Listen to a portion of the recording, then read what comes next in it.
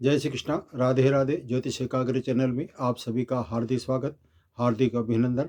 मित्रों, आज का विषय 16 संस्कार के अंतर्गत प्रथम संस्कार गर्भाधान, इसके बारे में ज्योतिषीय सूत्र और 16 संस्कार में अपने जो गर्भाधान का सब्जेक्ट है उसको किस तरह से लिया गया है और उसका पूजन विधि सूक्ष्म रूप से बताई गई है।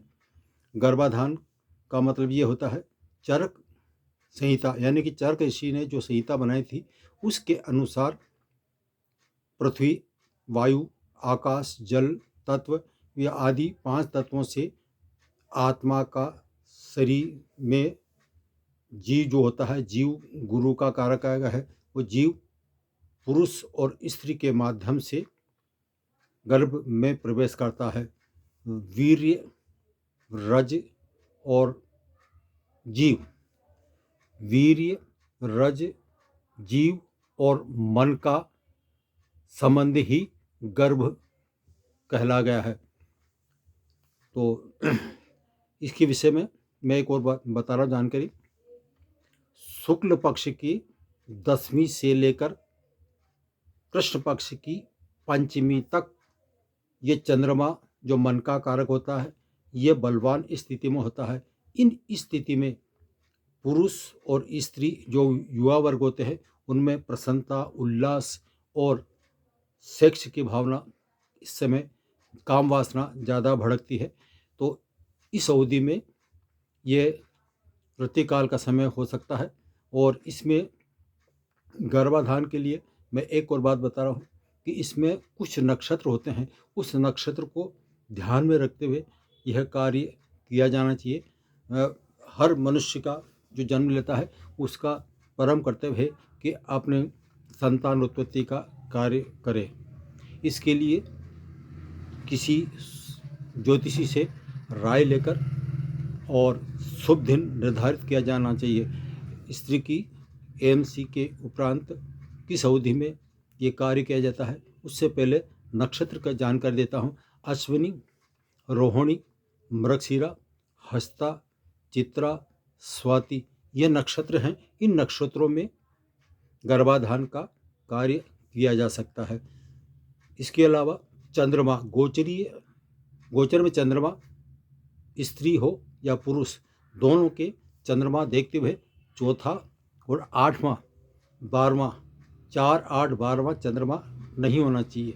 इस बात का विशेष ध्यान रखें। और पुरुष जो होता है उसकी नक्षत्र जिस नक्षत्र में पुरुष ने जन्म लिया, जैसे पूर्वा फाल्गुनी में जन्म लिया या अश्विनी में जन्म लिया, तो वहाँ से नक्षत्र गिनते हुए 7, 16 और 25वां नक्षत्र कतई नहीं होना चाहिए। इस बात का ध्यान रखा जाए।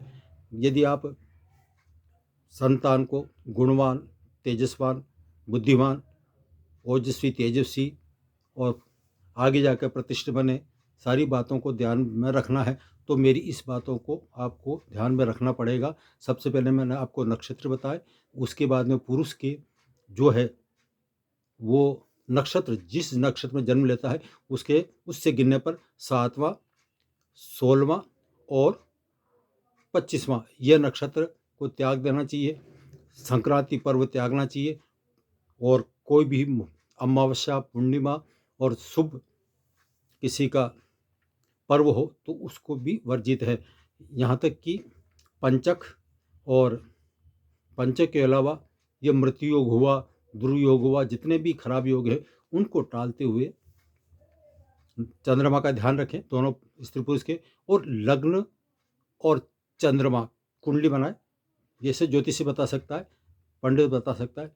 तो लग्न या चंद्रमा की कुंडली के अनुसार सूर्य का लग्न पर, चंद्रमा पर प्रभाव पड़ना जरूरी है। यह शुभ होगा तो संतान उत्पत्ति सकुशल होगी, इसमें किसी प्रकार का खतरा नहीं होगा। आजकल कितने ही व्याधियां उत्पन्न हो रही है, इनसे हम बच सकते हैं। नक्षत्र मैंने विषय जो बताया था दोबारा बता रहा हूँ। अश्विनी, रोहिणी, मृगशिरा, हस्ता, चित्रा, स्वाति ये नक्षत्र गर्भाधान के लिए शुभ माने गए हैं। और इसमें जो समय होता है, लग्न का ध्यान भी रखना पड़ता है। दिन में नहीं, ये कार्य दिन में न करते हुए रात्रि को यह कार्य करें। यह है गर्भाधान के विषय में। अब एक और सूत्र मैं बता रहा हूँ कि जो सूर्य होता है और चंद्रमा, इन दोनों का यदि विषम राशि में गर्भाधान होता है तो पुत्र की उत्पत्ति की संभावना ज़्यादा रहती है। और इसी तरह से विषम राशि में रहेगा तो उसमें कन्या का जन्म होना संभावित होता है। यह है। और एक बात और बताता हूँ, यदि आपको पुत्र ही चाहिए तो 100% 100% रिजल्ट देने वाला जो काल है वह है स्त्री के मासिक धर्म के उपरांत जब चौथा दिन होता है। उस दिन बिल्कुल स्वच्छ रहे, रक्त नहीं होना चाहिए। इसमें यदि गर्भाधान संबंध किया जाए तो 100% बच्चा जो होगा वो पुत्र ही होगा। इसमें कोई संशय नहीं है। ये आज तक का रिजल्ट रहा है और कभी फेल नहीं हुआ। इसके अलावा आजकल जो गलत मेडिसिन लेते हैं, 2 बच्चों के अंतर का, वैसे तो आजकल सब एक ही बच्चा चाहते हैं, लेकिन फिर भी 2 बच्चों के अंतर में या अपनी इच्छा अनुसार अवधि बढ़ाने के लिए अधिकतर जो मेडिसिन होते हैं, कृत्रिम जितने भी लूप वगैरह होते हैं, उनका उपयोग न करें। इससे स्त्री को दूसरी बीमारी हो सकती है। इसके लिए गुरु को हमने जीव कहा है और जीव कारक जो ग्रह है वो गुरु है। तो गुरु को, जीव को आने के लिए, रोकने के लिए उसका जो प्रतीक होता है पीला, पीले में होती है हल्दी। तो हल्दी और साथ में बुद्ध का जो कलर होता है वो होता है हरा।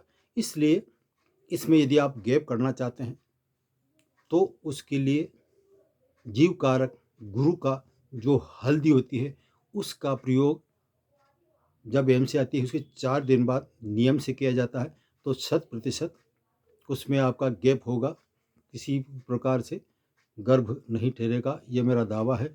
इसके लिए मैं आपको खुले में चैलेंज करता हूँ। इसमें वीडियो में नहीं बताऊँगा। जिसकी जिज्ञासा हो वो पहले इसको, आज तक आपने सब्सक्राइब नहीं किया है तो आप सब्सक्राइब करें। मेरे यदि पसंद आया है तो उसको लाइक करें। और यदि आप ये चाहते हैं कि वो क्या रहस्य है आप हमें बताइए तो वो बहुत सिंपल है, वो मैं आपको आपकी जिज्ञासा के अनुसार ज़रूर बताऊंगा। जय श्री कृष्णा, राधे राधे। इसके अलावा ये तो हुआ ये तो हुआ आपके ज्योतिष के सूत्र गर्भाधान के। लेकिन अब जो आता है 16 संस्कार के अनुसार प्रथम संस्कार गर्भाधान का। इसमें जब गर्भ ठहर जाता है तो उसके लिए शुभ मुहूर्त में परिजन इकट्ठे हैं और श्री गणेश पूजन, षोडशो मात्रा पूजन, कुल देवता पूजन, नवग्रह पूजन आदि का पूजन करने के उपरांत एक मंत्र है, वो तसरी में जमा ले। पुष्प गुलाब के फूल होने चाहिए जहाँ तक हो सके, या फिर गेंदा का, पीले फूल, दोनों के अलावा तीसरा फूल नहीं चलेगा। इन दोनों के फूलों को मिश्रण भी हो सकता है।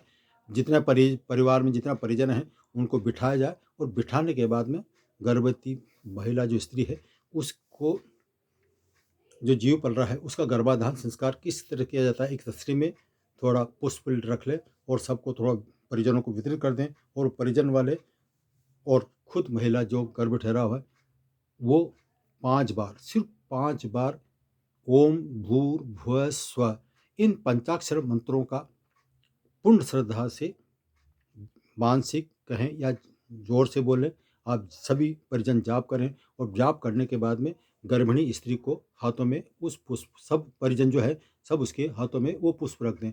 वो जो पुष्प है वो गर्भिणी स्त्री श्री हरि का ध्यान करते हुए कि जो मेरा गर्भ पलने जा रहा है वो सुरक्षित पले और आगे जाके वो तेजस्वी बलवान जो भी है उसकी इच्छा वो कामना करते हुए अपने पेट पर उन पुष्पों को लगा ले। तो जो सोचेगी महिला वैसा ही संतान होगी, ये मेरा दावा है। यह है गर्भाधान के ज्योतिषी सूत्र और गर्भाधान के संस्कार। जय श्री कृष्णा, राधे राधे।